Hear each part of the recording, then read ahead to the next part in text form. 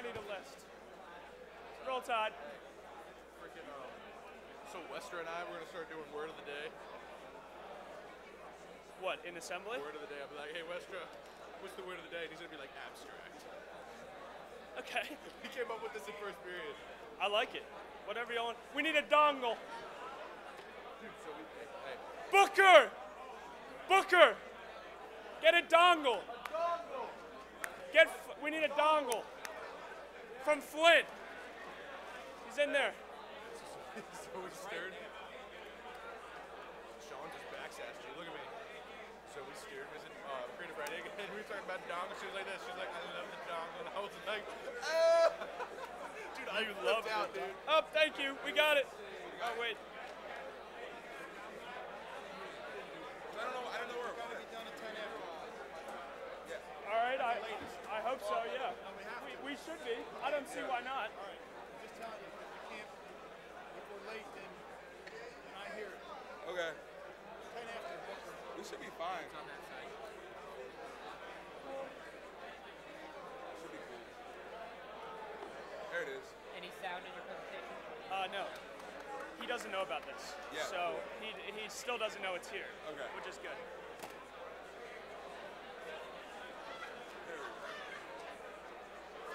Piper, anybody speaking has to be behind them. Behind the podium. Microphone. Take your seats, please. There you go. Nice. The mic works. Hello. How close? Okay. So after I'm done, I'm just gonna, and memorable, and then you just go. Yeah. Okay. And then I'll introduce. Hey, gentlemen, please have a seat because we got to get going right now. Let's go. Hurry up.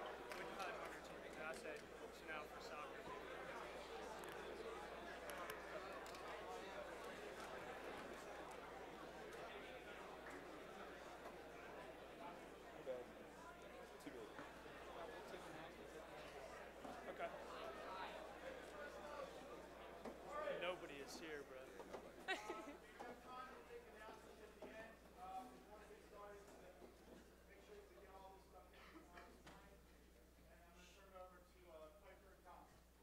All right. Let's see how this works. All right. Good morning, and welcome to the Fall 2017 Athletic Assembly, a time of honored tradition in which we celebrate what all of our athletes, interscholastic and intramural, accomplished in the fall season. Before we jump into how our teams did individually, I'll give a brief rundown of how we did as a group. I know this is said almost every year, but this fall actually has been one of the best and most successful seasons collectively as a school in my time at Gilman. Soccer made it to the playoffs. Water polo made it to the semifinals. Cross country was tied for first going into the championship. Football bounced back after a tough season last year, and we beat McDonough and made it to the championship. And the Volley Hounds won the championship for the second consecutive year.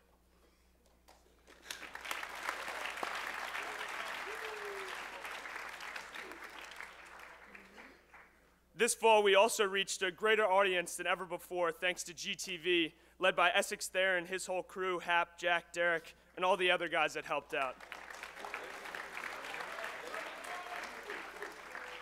They did a great job broadcasting at least one game from every sport except cross country. Maybe we can work on that next year. In addition, the heads of the Spirit Committee, Mac Webster and David Gushu, have spent countless hours leading the student sections at games this fall. The work that all of these guys have done for Gilman Athletics so far this year is incredible, and even though they haven't been playing at the varsity level, their commitment to Gilman is tremendous, and we kind of gave them a round of applause, but let's give them one more.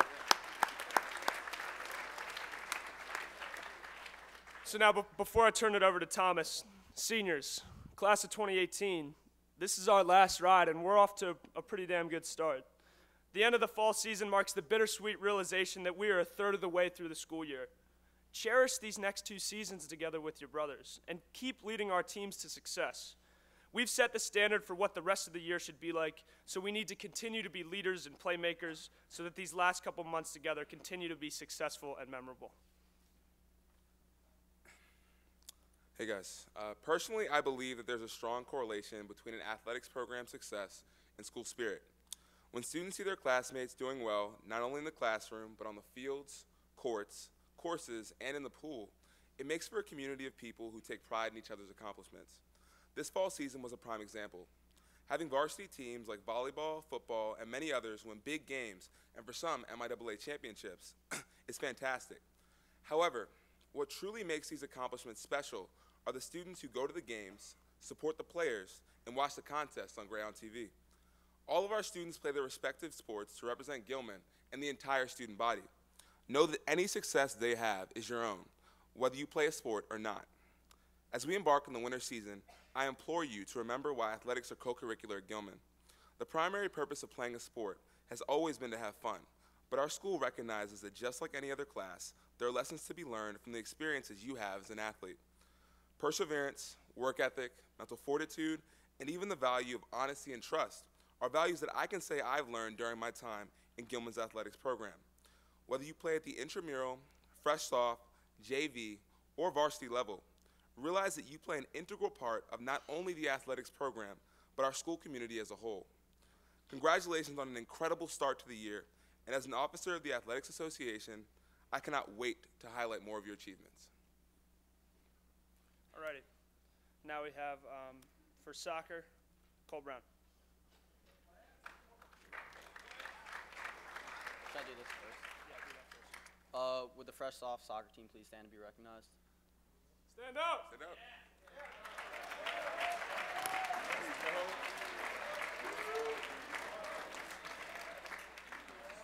JV, please stand to be recognized. There it is! Stand up! Get up, Fred. And varsity. Varsity.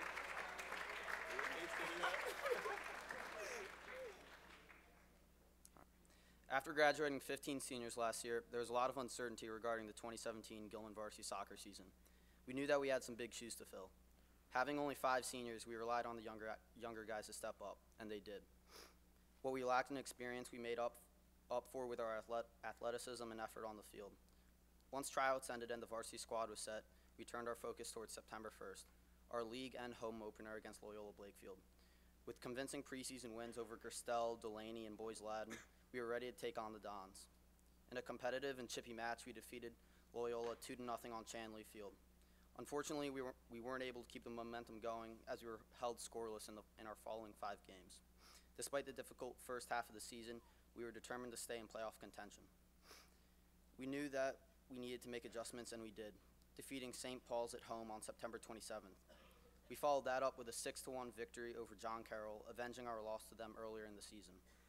While suffering defeats to top-ranked teams, McDonough, Mount St. Joe, and Curley, we were able to keep ourselves in the playoff hunt. We needed to win one of our last 2 games against Loyola and St. Paul's to clinch a playoff berth. On October 23rd, we went over to Loyola Blakefield for the second. We went over to Loyola Blakefield looking to secure our spot in the postseason. We defeated the Dons 3-2 in overtime with the game-winning goal by Logan Path. As we moved into the postseason, we suffered setbacks in the form of injuries that sidelined starters Wildham Youth and Grant Farley. Despite the adversity and lineup changes, we continued to work. We earned the 5th seed in the playoffs and were set to return to Loyola for the first game of the postseason. Unfortunately, we lost to Loyola 3-2 in overtime, which ended our season. While it was a bitter way to end our season, we managed to return to the postseason this year, after losing significant leadership and talent from last year's team. The future is looking bright for Gilman soccer, as it will return 17 experienced and talented members to the varsity squad next year, 9 of those who started this year. I want to take the time to thank Mr. Nick, Miss Bristow for keeping us healthy throughout the season, the cage staff for having our gear and uniforms ready, and all the fans who came out to support us this year, the coaching staff for always pushing us in practice, and all the parents for their help and support during the season. Memorable moments include Melanson family red cards, Wyatt Naylor scoring a goal, Farley running the school, beating Loyola in overtime, Coach Shock trying to hit us in the face with free kicks, the Dennis and Coach Seal altercation, Red Robin College, Coach Seal's love for Taylor Swift. Thank you.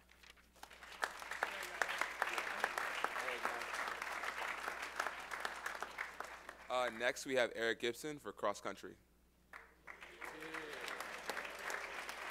So just go ahead and click the arrow, right? Could the JV cross country team please stand to be recognized? Yeah, boys!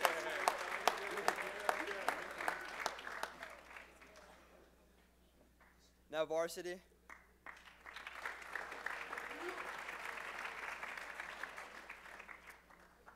All right, good morning. Coming off a track season in which Gilman not only won the MIAA championship, but was also ranked as the #1 team in the state by the Baltimore Sun at the season's end, we came into this fall with very high hopes for cross country. We returned our entire varsity team from last year, including my co-captain Charlie Shapiro, junior Keith Roberts, junior Will Dowling, sophomore Charlie Edwards, and sophomore Max McCullough. New to this year's squad were junior Ben Levinson and junior Morgan Zinn, who both made an immediate impact on the team. While we came into the season with big goals and great motivation, we struggled during the early parts of the season. Many injuries and illnesses resulted in poor finishes by the team in large invitational meets in September. By the first MIAA meet against St. Paul's and Spalding, however, we finally had got our feet back under us and started the season 2-0. We did suffer a close loss to defending champions MSJ, but we went on to finish the regular season 6-1, including a historic win against #1 ranked Loyola Blakefield, a feat that had not been accomplished by Gilman cross country since 2004.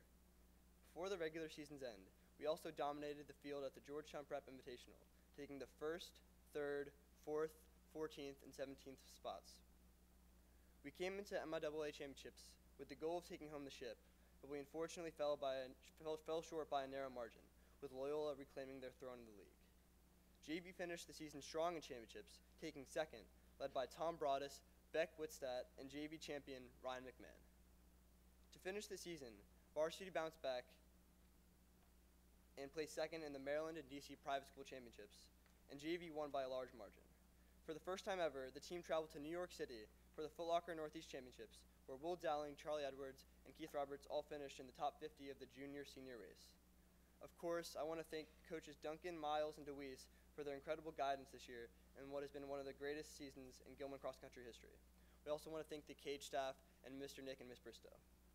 Team memories include Taco Tuesdays, Freedom Fridays, the end of both Essex Thayer and Greyhound TV, Black Toad, Beck being Beck, Camden Gilmore's Cheeks, Dalton, the Milky Bros, the Hype video, Ben's Pit Stop, and of course, our friendly reminder to #KeepGrinding.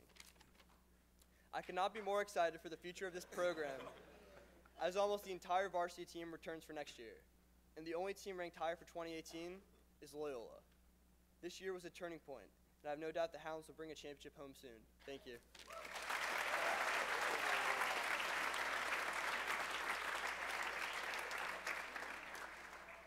Next up, we have Gus Golmert for water polo.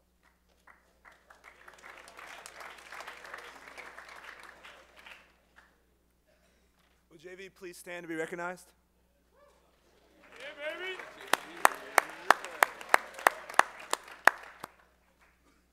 Varsity? Hey, boys! All right. This was an exceptional year for Gilman water polo. This year, we had a record amount of boys come out for the team. Both JV and varsity got off to a good start with the season, with wins over Landon in late August. Varsity rolled in the Fillmore Cup with a full head of steam and ended up finishing with a record of 2-1. Now we entered the beginning of our MIAA season with very high expectations. Both JV and varsity started the season with strong wins over MSJ. However, both JV and varsity ended with a record of 1-1 after losing to Loyola at our own place. JV would go on to get wins over Calvert Hall and McDonough, while varsity would fail to get the win. This left us halfway through the season with JV sitting at top of the division with a record of 3-1 and varsity in 4th with a record of 1-3. Both teams looked to have a strong second half to the season and worked tirelessly to achieve our preseason goals. JV would go on to win their last 4 games, putting them in the championship game at McDonough. Varsity would go on to win handily over Loyola and get some revenge against Calvert Hall with a win at the Hall. Then came Storm the Pool. The practice leading up to the game were intense, as we knew this was our big game. We came out strong and had a good lead throughout the game, but we weren't able to pull it out. It was hard to bounce back after being so close, but we knew we had to refocus and move on. Varsity finished out the regular season with a win over MSJ, and Kevin Zhang scored his first varsity goal. Both teams were now ready for the MIAA championships. Varsity played McDonough in a rematch of Storm the Pool, and the winner of the game will continue to the championship game. The game went back and forth as we battled. Leading in scoring was Nick Paudefkis, and in assists, junior Will Gilday. Unfortunately, we were not able to pull out the win and lost by a score of 12-10. However, on Saturday, JV battled it out with reigning champion Loyola and led in scoring by freshman Ian Rayleigh, and in goal by sophomore Hollis Quasselworth, I think. And in their first champion appearance, JV secured the title, so JV won the championship. Our memories include No Maxwell, Coach Gorski's driving, Innocent Adam, Michael Jordan. What a budget, and pushing Vaughn in the pool.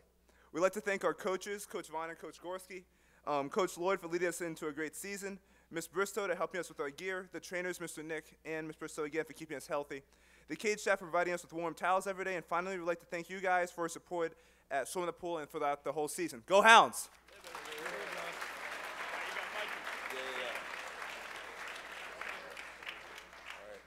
Next, we have Mike Willis for volleyball.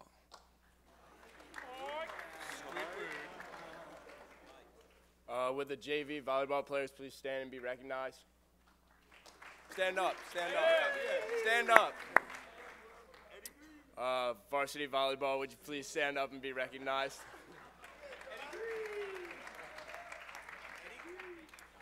So the 2017 volleyball season was filled with highs and lows. We started off the year strong with 3 straight wins and then got swept by our rivals, Loyola and Calvert Hall, the eventual 1 and 2 seed respectively. From that point on, we knew a change was needed if we were going to win the 4th volleyball championship in 5 years. After that game, we were told we had no chance to win and that we did not have enough weapons to compete with the likes of Calvert Hall and Loyola. The team took this as a challenge and worked every day in order to prove the doubters wrong. On Friday, the 13th of October, we embarrassed Calvert Hall in the Deaf Dome and immediately regained our confidence. The end of the year only got stronger with the return of opposite hitter Liam Muley. After suffering a horrific ankle injury up at Penfield Volleyball Tournament, Liam came back stronger than ever to lead our team down the stretch. We eventually captured the 3 seed and had a home game against BL. After going down 2-0 to BL on our home court, we sort of realized that we were playing BL and we were losing, and we were like, BL's terrible. Yeah, they were bad. And so after that second game, we came back and won. So that was good that our season didn't end against BL because they're bad.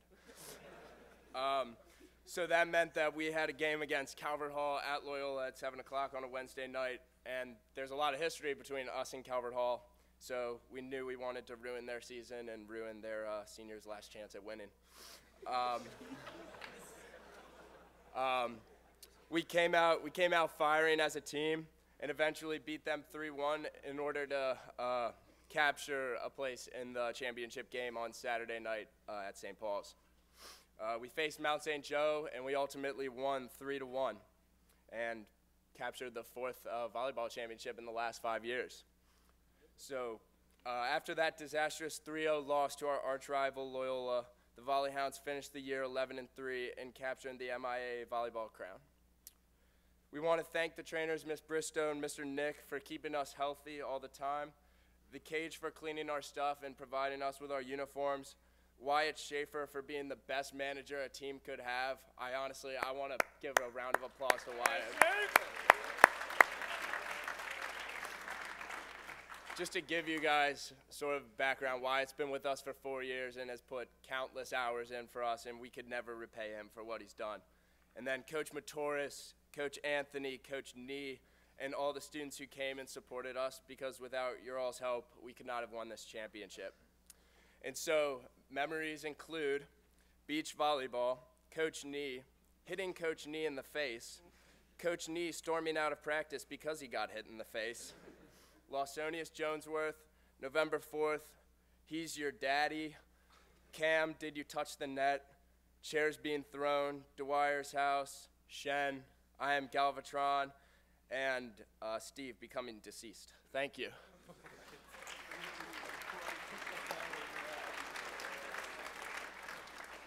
Lastly, we have Brandon Madison for football.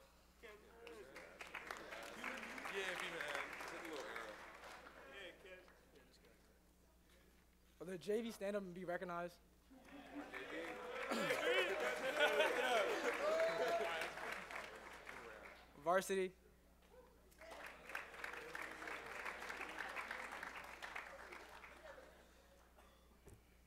This year's football team can be summed up into one word: family.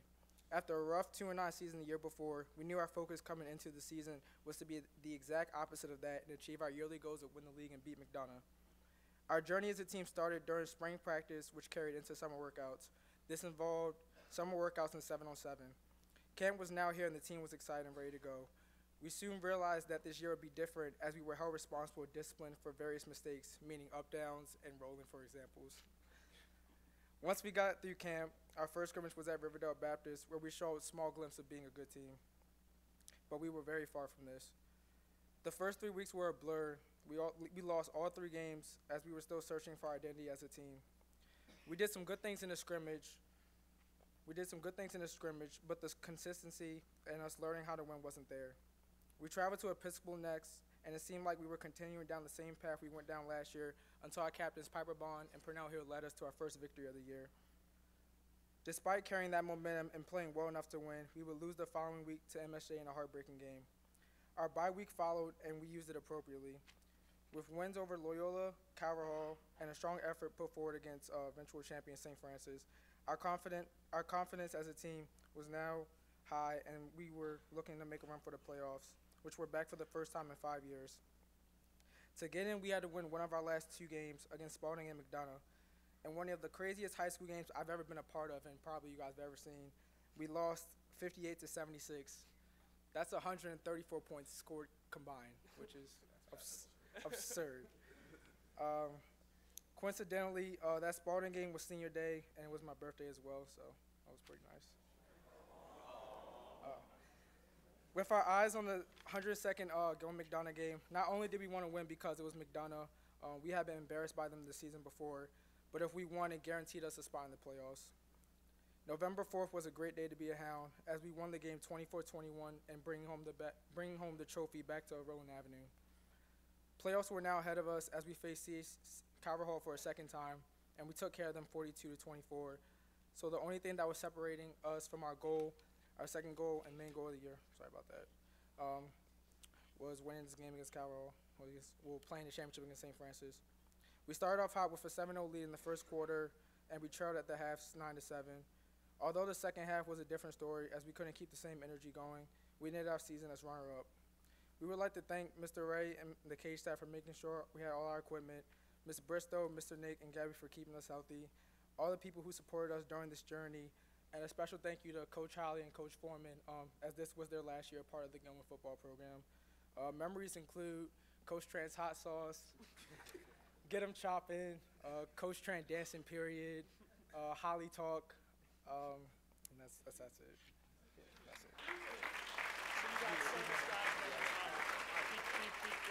Yeah. Gotcha. So next we have the Intramural Service Awards. For fitness, we have Roger G. Myers and Roman Hines. You guys can stand up. Okay. All right. And then next we have climbing. We have An Lee. Good job, An. For tennis, we have Sean Kim and Robert D. Little. And then finally for mountain biking, we have Sixtus Heinrich. I pronounced that right, I think. Yeah, that's good. All right. All righty. Coach Holly. First, I'd like to talk a little bit about this whole setup and give great tribute to our officers and captains. We've been doing this assembly at Gilman for probably 60 years, certainly 40 that I can count on. And I can tell you that it's always kind of a thing we go through, and it's not always the most exciting thing, but the innovation of this group, these leaders, and I'm especially thankful to the AT in general for all of you've done, has been tremendous. So thank you, Mr. President, Mr. Vice President, Captain.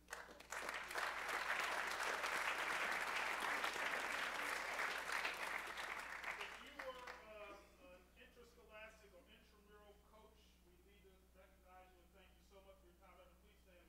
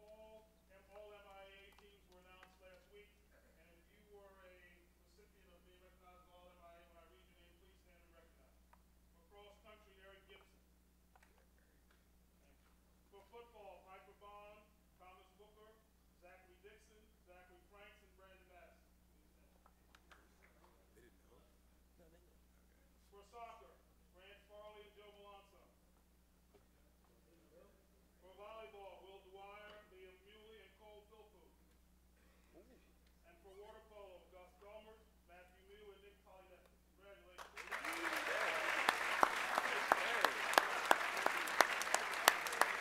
I didn't know you were going to do that. Another individual award, which will actually take place in March, but was, you have to not name this person in the fall.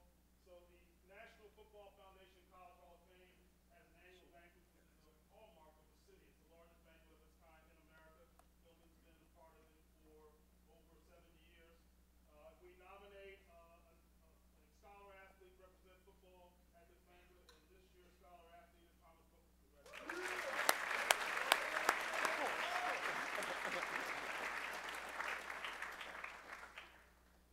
You saw on the screen that for 2 years on the varsity you get a silver pen, and for 3 years on the varsity you get a gold pen. Those pens are actually in my office if you want to come by and get them. We also acknowledge our 4-year varsity letter winners. And the following young men earned varsity blankets, which I'll hand you when you come up. So please come down and receive your blanket for 4 years as a varsity letter. In soccer, Dennis Kranovich and Joe Melanson. And in football, Brandon Madison, Brandon Willis, and Thomas Booker. Where's B. Will? That's one of the kids for you. What?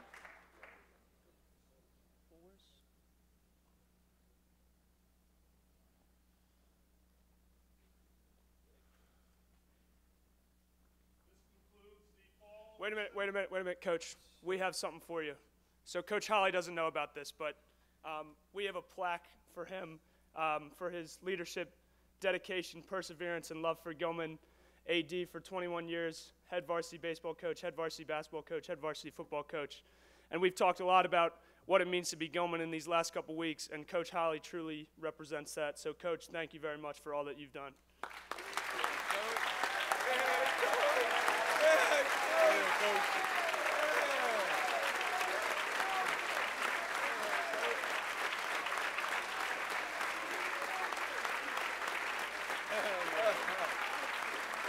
Classic, dude. I got it. So we completed that?